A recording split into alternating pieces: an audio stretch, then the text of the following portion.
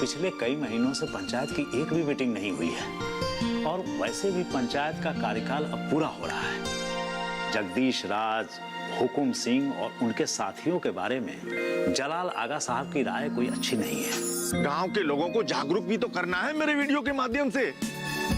सही कहा ना, नानी ने बोला बेटा जा, फिर हम यहाँ आ गए वापस आपके पास और आपकी याद भी तो आ रही थी। फिर यहाँ आकर हम अपने काम पे शुरू हो गए। अच्छा ये बताइए माधव भैया, आप कहाँ जा रहे हैं? अब कंधे पे फावड़ा है तो कहाँ जाऊंगा, खेत पे ही जाऊंगा ना।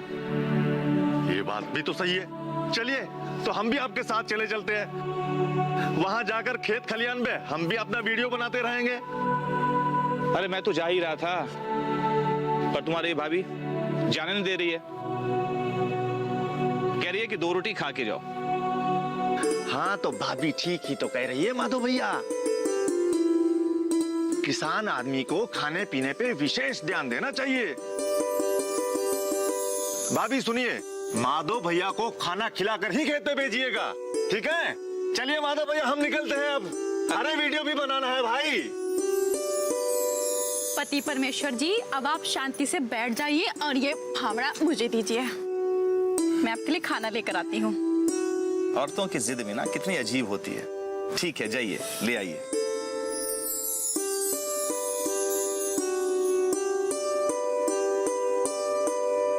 बड़ी भोली है, इसका यही भोलापन तो ये सबसे अच्छा लगता है। प्रणाम। प्रणाम। मनीषा जी ये बताइए, आज हम लोगों को यहाँ क्यों बुलाया है? कोई खास विषय है? जैसे आप पहले सूचना देती हैं। हाँ हाँ बिल्कुल बताऊंगी, पहले आप लोग बैठ जाइए। बहुत ही विशेष सूचना देनी है हमें, जो विशेषता आप महिलाओं के हित में है। और अगर आप लोगों को इसमें जरा भी शंका लगे तो उसका निवारण करने के लिए हम हैं यहाँ पे। यदि वो सूचना हम महिलाओं के हित के लिए है तो हम अवश्य सुनना चाहेंगे। कृपया हमें इस सूचना के बारे में विस्तार से बताइए। सबसे पहले मैं आप लोगों को ये बताना चाहूंगी कि सरकार की ओर से ये निश्चित किया गया है कि हर 2 गांव के लिए एक किसान मित्र की नियुक्ति की जाएगी और इन किसान मित्रों की नियुक्ति करते समय जो महिला किसान है उन्हें प्राथमिकता दी जाएगी। यदि इस योजना के अंतर्गत हम महिलाओं को प्राथमिकता दी जाएगी तो ये खबर तो हम लोगों के लिए बहुत अच्छी है। आपको ये भी बता दें कि इस योजना के अंतर्गत इन महिला किसान मित्रों को सरकार की ओर से प्रतिवर्ष 6,000 रुपया दिए जाएंगे। कृपया ये भी बताइए कि इन महिला किसान मित्रों को कौन कौन से कार्य करने होंगे और इनकी जिम्मेदारियां क्या होगी? मोटे तौर पे ये बताइए, इस योजना का उद्देश्य क्या है, ताकि हमें समझने में और अन्य किसानों को समझाने में हमें आसानी हो जाए। मेरे एक प्रश्न का आप लोग उत्तर दीजिए। आप पहले ये बताइए कि हमारे भारत देश में कृषि और उनसे संबंधित अन्य क्षेत्र कौन कौन से हैं? कृषि संबंधित अन्य क्षेत्र तो बहुत सारे हैं। वही तो हम आप लोगों से पूछ रहे हैं, बताइए। कृषि से संबंधित अन्य क्षेत्र जैसे कि मुर्गी पालन, मत्स्य पालन, पशुपालन, बागवानी, मछली पालन, रेशम उत्पादन आदि। बिल्कुल सही क्षेत्र गिनाया है आपने। इनके आधुनिक और लाभप्रद तरीकों से महिला किसानों को परिचित कराने के लिए कृषि स्रोत को और अन्य शिक्षितों का उपयोग करने के लिए और एग्री बिजनेस सेंटर बनाने की योजना बनाई गई है। ये एग्री क्लिनिक और एग्री बिजनेस सेंटर ये क्या है, जरा विस्तार से समझाइए। अवश्य बताएंगे, लेकिन एक मध्यांतर के बाद। तब तक जो इन्होंने बताया है उस पे आप सभी लोग मंथन कीजिए। सुनो बेटा, चाय ला के सब लोगों को पिला दो।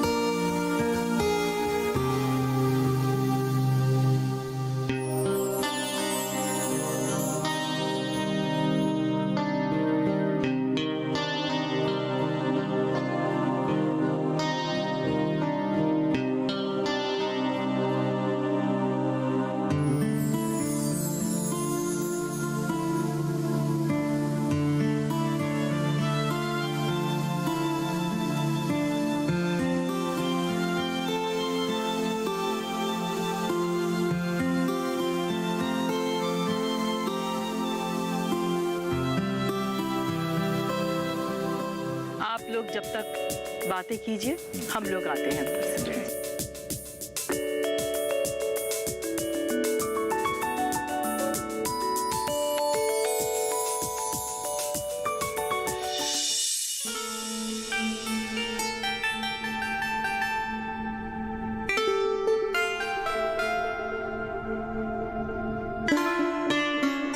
सुनिए, ये उंगलियों पर क्या हिसाब किताब कर रहे हैं आप? अरे अगर फसल अच्छी हुई है तो उसके दाम भी अच्छे मिलेंगे। अरे ये मुझे भी पता है, हम दोनों साथ में मिलकर इतनी मेहनत से ये फसल उगाए हैं तो उसकी अच्छी कीमत मिलेगी ही। पर मैं एक बात सोच रहा हूँ, अपना पुराना ट्रैक्टर बेचकर नया ट्रैक्टर एक खरीद लेते हैं। नया ट्रैक्टर? पर उसमें तो बहुत खर्चा आएगा और हमारे पास इतने पैसे भी नहीं हैं। उसका बंदोबस्त हो जाएगा। बंदोबस्त हो जाएगा? पर कैसे? सरकारी बैंक महिला किसानों को सस्ते दरों पर ऋण देती है, तो हम लोग वहां से कर्ज ले लेंगे। हाँ, ये ठीक रहेगा। फिर हमारे पास 2 बैलगाड़ी और एक नया ट्रैक्टर हो जाएगा, तो हम अच्छे से खेती भी कर सकेंगे। सीधा मैं कुछ और भी सोच रहा हूँ। कहो। पंचायत का चुनाव हर 5 साल में एक बार होता है और वो 5 साल अभी आने वाले। पिछले चुनाव में तो हुकुम सिंह चुनाव हार गया था, जलाल आगा साहब चुनाव जीत गए थे, लेकिन इस बार उनकी तबीयत खराब है, वो चुनाव नहीं लड़ पाएंगे। मुझे डर है कि कहीं हुकुम सिंह अपने साथियों के साथ ये चुनाव आसानी से ना जीत जाए। सुलेमान भाई। अरे मनीषा आपा, आइए आइए आइए, आइए बैठिए ना। नमस्ते नमस्ते। खाना खाइए ना आप लोग। भाई साहब अरे आप लोग खाना खाइए सुलेमान भाई, हम लोग खाना खा चुके हैं। रशीदा, तुम्हारे लिए अच्छी खबर है, इस बार चुनाव तुम लड़ोगी। दरअसल हम दोनों एसडीएम अनीता जी से मिलने गए थे, वहां पे चुनाव के बारे में बात करने के लिए। उन्होंने फौरन ही कहा कि बस चुनाव की तैयारी शुरू कर दे। अरे वाह, ये तो बहुत अच्छी खबर सुनाई आपने। हाँ, और उन्होंने ये भी कहा है कि इस बार चुनाव में 1/3 हिस्सा महिलाओं के लिए सीट आरक्षित है। उसी समय मैंने सोच लिया कि इस बार चुनाव रशीदा लड़ेगी। मैं चुनाव लड़ूंगी तो मुझे वोट कौन देगा भला? अरे तुम मेहनत से प्रचार करोगी तो गांव के सभी लोग तुम्हें वोट देंगे। अब तुम इस लड़ाई को जीतने के लिए फौरन तैयारी शुरू कर दो, टाइम बहुत कम है। अरविंद भाई साहब बिल्कुल सही कह रहे हैं, तुम्हें ये चुनाव लड़ना चाहिए। गांव में तुम्हें इतना मानते हैं सब। अरविंद भाई साहब, मैंने सुना है कि देश के कई राज्यों में सरपंच को यह अधिकार है कि वो सिविल और आपराधिक मामलों में फैसला भी सुना सकता है, और अगर कोई अपराधी है तो उसे सजा भी दे सकता है। सुलेमान, बिल्कुल ठीक सुना है तुमने। गांव के सरपंच को यह अधिकार है। क्यों रशीदा, तैयार हो ना चुनाव लड़ने के लिए? हाँ ठीक है, अगर आप लोग इतना कह रहे हैं तो मैं चुनाव जरूर लड़ूंगी और अपने गांव के विकास के लिए खूब सेवा करूंगी। अरे वाह, बहुत अच्छा, ये हुई ना बात।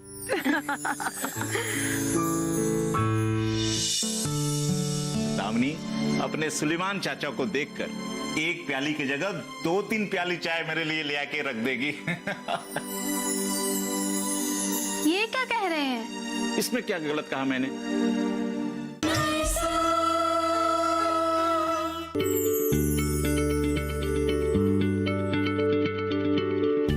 क्या आप किसी बीमारी से परेशान हैं? चाहते हैं डॉक्टर की सलाह? तो हम हैं आपके साथ, बताएंगे आपको जीने की राह। समस्याएं आपकी, समाधान देश के मशहूर विशेषज्ञों के। घर बैठे बात करें देश के जाने माने डॉक्टरों से। हमारे लाइव प्रोग्राम स्वस्थ किसान में हर शनिवार शाम 6 बजे से 7 बजे तक। अच्छा हुआ आप लोग आ गए। माँ आज आप लोगों के बारे में ही बात कर रही थी। लीजिए चाय आ गई।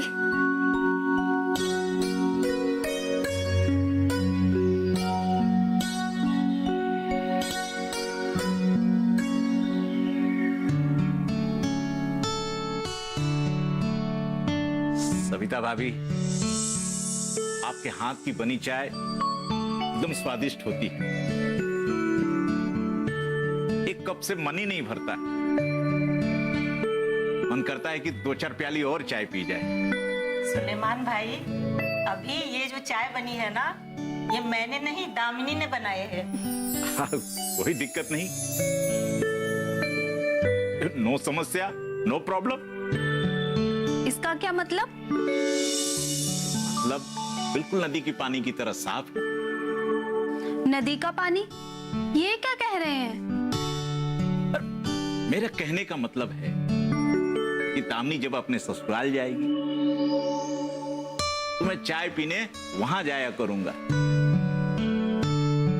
दामिनी अपने सुलेमान चाचा को देखकर एक प्याली की जगह 2-3 प्याली चाय मेरे लिए ले आके रख देगी। ये क्या कह रहे हैं? इसमें क्या गलत कहा मैंने? अब लड़की इस ब्याह के बाद अपने ससुराल में ही तो जाती है ना, मैके में तो नहीं रहती। अब दूसरी बात ये कि अब वो सब बातें पुरानी हो चुकी है। कौन सी बातें पुरानी हो गई? किस बारे में कह रहे हो? यही कि बेटी के ससुराल में खाना नहीं खाना चाहिए, पानी नहीं पीना चाहिए। पता नहीं ये क्या बोल रहे हैं। रशीदा बेगम, तुम बहुत भोली हो, एकदम नादान हो। ये नया जमाना है जिसकी नई सोच है। अब तुम भी अपनी सोच बदलो। नए जमाने के साथ हर किसी को अपनी सोच बदलनी चाहिए, और तुम्हें भी। बोल चुके, अब मैं कुछ बोलूं? हाँ हाँ बोलो, मैंने कब मना किया है तुम्हें बोलने से? लेकिन दामिनी को इतनी जल्दी ससुराल क्यों भेज रहे हैं आप? अरे मैं कब उसे? आपने कहा कि आप बीच में नहीं बोलोगे, लेकिन आप डांटती क्यों, वो भी सबके सामने? ठीक है, तुम्हें जो बोलना है बोलो। मैं ये कह रही थी कि अभी तो इसी गांव में रहकर बहुत सारे काम करने हैं हमारी दामिनी को। ये क्या कह रही हो तुम? दामिनी को कौन से काम करने हैं? ये लो, इतनी जल्दी भूल गए? हम दोनों जब खेत पर थे तब वहां मनीषा आपा और अरविंद भाई ने क्या कहा था आकर? क्या कहा था? आज ही घर जाने से पहले आपके लिए बादाम खरीदूंगी। बादाम किस लिए? अभी से ही ईद की तैयारी कर रही हो क्या? ईद की तैयारी नहीं, रोज सवेरे एक बादाम खिलाऊंगी ताकि आपकी याददाश्त कायम रहे। मेरी याददाश्त को क्या हुआ? मैं बिल्कुल ठीक हूँ। ठीक नहीं है आप, आपकी उम्र हो चुकी है। एक दिन वक्त के साथ साथ मुझे भी भूल जाएंगे। क्या चाची आप भी ना कुछ भी कहती हो आप। आज सवेरे जब हम दोनों अपने खेत पर बैठे थे तब वहां मनीषा आपा और अरविंद भाई आए थे। उन्होंने पंचायत चुनाव के बारे में अनीता जी से बात की। तब अनीता जी ने कहा कि वो बहुत जल्द गांव में चुनाव की घोषणा करवा देंगी। पता नहीं आपको वो भी याद है या नहीं? मुझे अच्छी तरह याद है। और सविता भाभी, मैंने जो कहा वो भी मुझे याद है। क्या कहा आपने? मैंने रशीदा से ये कहा कि उसे पंचायत का चुनाव लड़ना चाहिए। ये बहुत अच्छा सुझाव दिया आपने। मेरा एक और सुझाव, इस पंचायत चुनाव में महिलाओं के लिए 33% सीटें आरक्षित की गई है। तो मैं चाहता हूं कि दामिनी और बसंती भाभी भी ये चुनाव लड़े। दामिनी बेटा, तुम इनकार मत करना। चाचा मैंने कब मना किया? मैं अवश्य लड़ूंगी चुनाव। और पर बसंती भाभी को भी राजी कर लूंगी। लेकिन आप लोगों ने सोचा है कि सरपंच पद के लिए उम्मीदवार कौन होगा? मेरी तो यही इच्छा है कि सरपंच का उम्मीदवार तुम्हें बनाया जाए। मनीषा आपा से मिलकर उनकी मर्जी भी जान लेंगे। हाँ, ये ठीक रहेगा।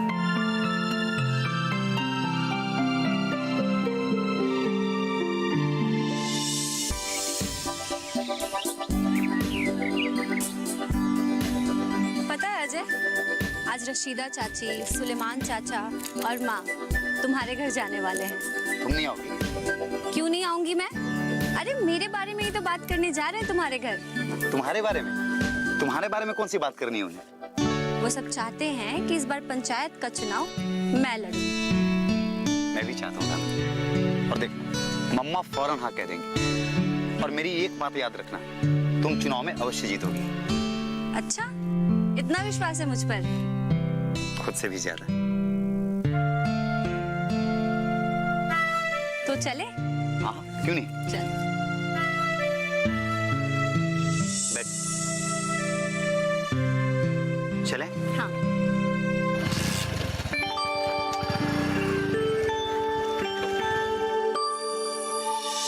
फसल पैटर्न, पौधा संरक्षण, फसल बीमा, कटनी के बाद की तकनीकी, गाय, भैंस, मछली, मुर्गी, बकरी एवं अन्य के लिए उनके चारे और दवाई का प्रबंध करना।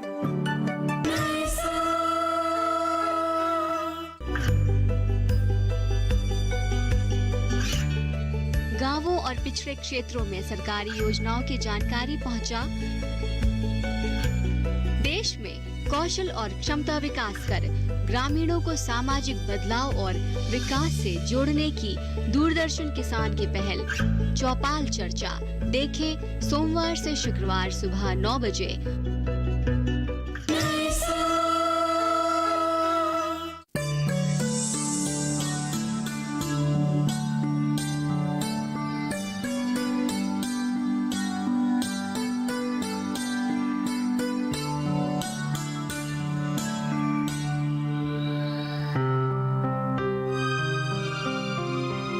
रसीदा भाभी, आपके हाथ की बनी चाय बड़ी स्वादिष्ट होती है। परंतु आज कोई खास अवसर है जो आपने हमें अपने घर पे बुलाया? तुम सबसे मिलने का मन किया तो बुला लिया। वैसे सच पूछो तो तुमसे कुछ खास बातें करनी थी। तो बताइए वो खास बातें। हम सब किसान और हम सबके अपने खेत हैं। अब उन खेतों पर हम अच्छी फसल कैसे उगा सके और उन खेतों की हम रक्षा कैसे करें,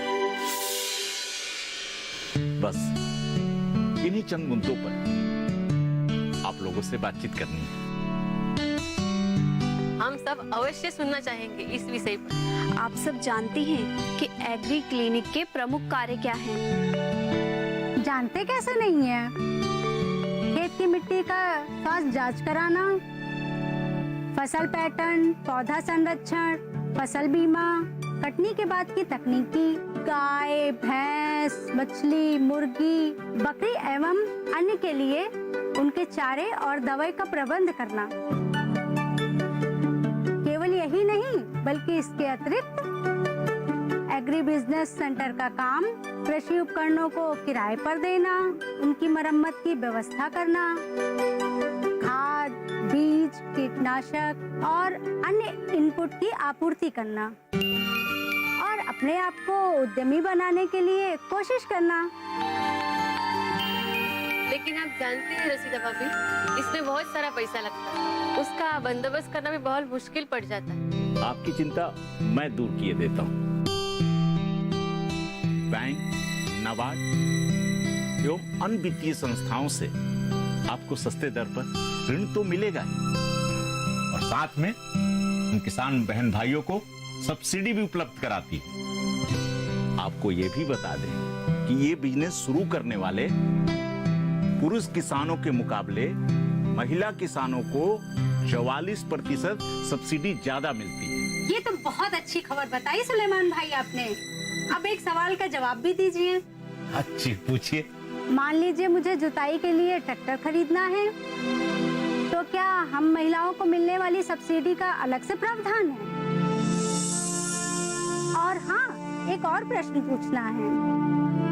और ये बागवानी का समेकित विकास मिशन क्या है? मिशन और योजना क्या दो अलग अलग चीज है या दोनों एक ही हैं? और भाई जी, मैं ये भी जानना चाहती हूँ कि हम महिलाओं के लिए इसमें कुछ खास है क्या? अरे बहन, कोई अंतर नहीं है, दोनों एक ही हैं। सरकारी योजना अगर जल्दी लागू करनी है तो उसे मिशन का नाम दिया जाता है। इसकी लाभार्थी में महिलाएं व्यक्तिगत रूप से शामिल हो सकती हैं या महिला किसान समूह या महिलाओं का स्वयं सहायता समूह, अगर उसमें कम से कम 10 महिला किसान बहनें शामिल हों। इस मिशन के अंतर्गत बागवानी के मशीनीकरण के लिए विभिन्न मशीनों की खरीद पर 40% तक की सब्सिडी का प्रावधान भी है। और इसमें पुरुषों से ज्यादा सब्सिडी का प्रावधान, जैसे 20 HP तक के ट्रैक्टर का लागत मूल्य का 35% और अधिकतम 1 लाख रुपए है। और पुरुषों के लिए कितना प्रावधान है? पुरुषों के लिए 25% और अधिकतम 75,000 रुपए है। पुरुष किसानों के लिए कुछ शर्त भी रखी है इस प्रावधान में? मैं इसलिए पूछ रही हूँ कि मैं और मेरा छोटा भाई, हम दोनों किसान हैं और अपने अपने खेतों पे काम करते हैं। पुरुषों के लिए शर्त केवल यही है कि जो ट्रैक्टर वो खरीदें उसकी कीमत 3 लाख रुपए से ज्यादा नहीं होनी चाहिए। और पावर टिलर के लिए ज्यादा से ज्यादा कितनी कीमत होनी चाहिए? 8 HP से कम के पावर टिलर की लागत मूल्य का 35% और अधिकतम कीमत 50,000 होनी चाहिए, जबकि पुरुषों के लिए 25% या 40,000 रुपए है। लेकिन पावर टिलर खरीदते समय इस बात का ध्यान रखिए कि टिलर मशीन की कीमत 1 लाख रुपए से ज्यादा नहीं होनी चाहिए। और ज्यादा पावर वाले टिलर के लिए क्या प्रावधान है? 8 HP या इससे ज्यादा पावर टिलर के लिए, जहां पुरुषों को 25%, अधिकतम 60,000 रुपए है। और महिलाओं के लिए लागत मूल्य का 35% या अधिकतम 75,000 रुपए है। लेकिन मशीन खरीदते समय इस बात का ध्यान रखिए कि मशीन की कीमत 1,50,000 रुपए से ज्यादा नहीं होनी चाहिए।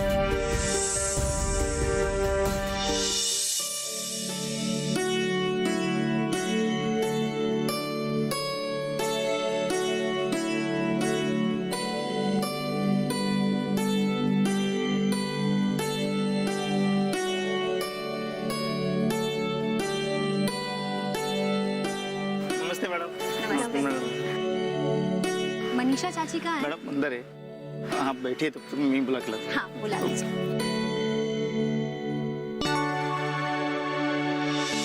मैं खुद भी यही चाहती हूँ कि हमारी दामिनी इस गांव की सरपंच बने। वैसे भी हमारे गांव को दामिनी जैसी होनहार युवा की जरूरत है, क्योंकि अगर हुकुम सिंह जैसा इंसान अगर इस गांव का सरपंच बन गया। सरकार गजब हो गया, गजब हो गया। देखिए मेरा शरीर ही नहीं, मेरी आवाज भी कांप रही है। क्या बेवकूफी हुकुम सिंह? अरे सरकार, आपको बेवकूफी नजर आ रही है? बताइए इसमें मैंने कौन सी बेवकूफी कर दी? नई सोच के नई सुबह आई है तेरी अंगनाई में, उठ जाग मेरे धरती के लाल रंग भर अपनी अंगड़ाई में। ये धरती अन्न की जननी है, कुछ और नई से पैदा कर। नई सोच, नई सोच, नई सोच।